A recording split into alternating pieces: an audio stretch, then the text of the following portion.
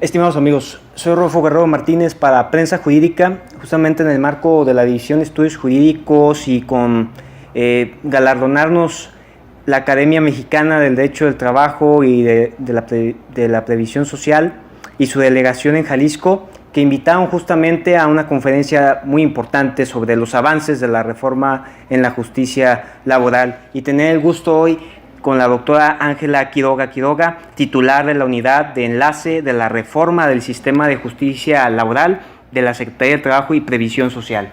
Muchas gracias, doctora, por este espacio.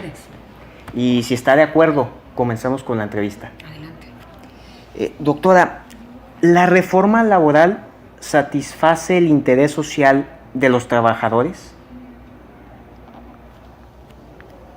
Bueno, yo no puedo hablar por los trabajadores, pero opinión. lo que sí puedo decir es que en la exposición de motivos de la reforma constitucional y todas las discusiones que se dieron previas a que se concretara la reforma laboral, siempre pusieron como el foco de atención y el centro de esta reforma el principio de acceso a la justicia, los derechos, el derecho que tienen todas las personas de acceder a un tribunal cuando considera que se le ha violado un derecho. Sí. En este caso en particular estamos hablando del derecho laboral y por lo tanto dentro del derecho laboral un grupo que es especialmente sujeto de tutela judicial, desde luego es el sector de los trabajadores. Entonces lo que yo sí podría decirte es que sin lugar a dudas esta reforma procesal en materia laboral, igual que otras que hemos tenido en el país, tiene como único propósito satisfacer el derecho que tienen todas las personas a una tutela judicial efectiva, sí, en este caso en materia laboral. Excelente, doctora. Y en cuanto a la reforma laboral, ¿refuerza o garantiza el derecho humano al trabajo? No, la reforma no tiene ese propósito. El derecho humano al trabajo está garantizado en nuestro país por otro tipo de programas y de políticas públicas que precisamente tienden a dar oportunidad a todas las personas a tener un trabajo digno. Sí. Esta reforma en particular es una reforma de justicia.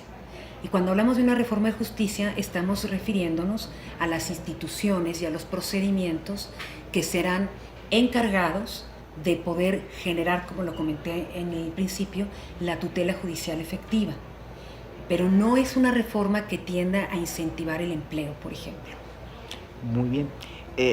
Por otra parte, la Organización Internacional de los Trabajadores, la OIT, empodera a los países para realizar reformas que mejoren las condiciones de trabajo y la seguridad social, en su opinión. Sí, claro. La OIT es el organismo más antiguo protector de derechos humanos.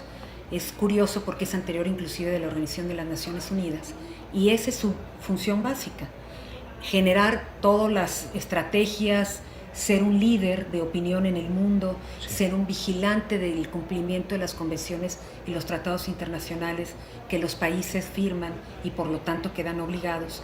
Y esa es la función de la Organización Internacional del Trabajo. La verdad es una organización muy respetable y que le da a los países herramientas muy útiles para que se puedan conseguir estos propósitos. Por ejemplo, una de ellas es estas reuniones que se dan permanentemente de intercambio de buenas prácticas, sí, de intercambio de experiencias que en otros países han funcionado. Simplemente el hecho de tener un espacio de análisis, de reflexión y de intercambio de ideas ya es por sí una riqueza que la OIT genera para el resto de los países. Entonces, si eso es lo que me preguntas, yo estaría completamente de acuerdo. Claro que sí, doctora, y agradeciendo especialmente porque pueda darle una ilustración a estudiantes de Derecho y al público en general sobre este tema, y preguntarle finalmente, ¿considera usted que el Estado mexicano ha aportado los recursos económicos suficientes para ejercer actividades laborales que garanticen las condiciones de trabajo en los términos del artículo 25 de la Ley Federal del Trabajo? Mira, esa es una pregunta muy difícil de contestar. Yo no creo que haya un diagnóstico en el país en donde tengamos un dato científicamente comprobable, duro, en donde podamos decir si los recursos han sido suficientes o no, en todas las ramas del trabajo y en todas las realidades geográficas del país. Yo lo que sí creo es que hay una política en materia de trabajo a nivel nacional y también a nivel de las entidades federativas muy intensa, y que en los últimos años ha tenido resultados muy importantes, y los resultados están dados, ¿no? Hay mucho mejores números en materia de personas que han ingresado a la formalidad de nuestro país. Se ha mejorado el ingreso de las mujeres a las oportunidades de trabajo, el ingreso de los jóvenes a las oportunidades de trabajo. Yo creo que México ha tomado decisiones interesantes, y no las toma el gobierno, y desde luego no las ejecuta el gobierno. Las toma el gobierno junto con la sociedad civil, particularmente con los factores de la producción. Si esos recursos que ha invertido el Estado son suficientes o no, yo creo que, para desgracia de todos o para fortuna, nunca los recursos son suficientes, claro, pero nunca los recursos son lo único que se requiere. Se requieren otras cosas, y otra cosa que es muy importante es el diálogo social, la concertación social. A veces más cosas se resuelven con concertación social que con recursos. Y yo sí creo que en el terreno de la concertación social, en todos los niveles de gobierno, México ha tenido muy buenos resultados. Doctora, agradeciendo y por poderlo hacer la petición de que todos aquellos que se quedaron con el interés de poder escuchar su charla, que dará en unos momentos más, ¿qué nos podrá compartir de lo que hablará para todos aquellos que no pudieron estar presentes?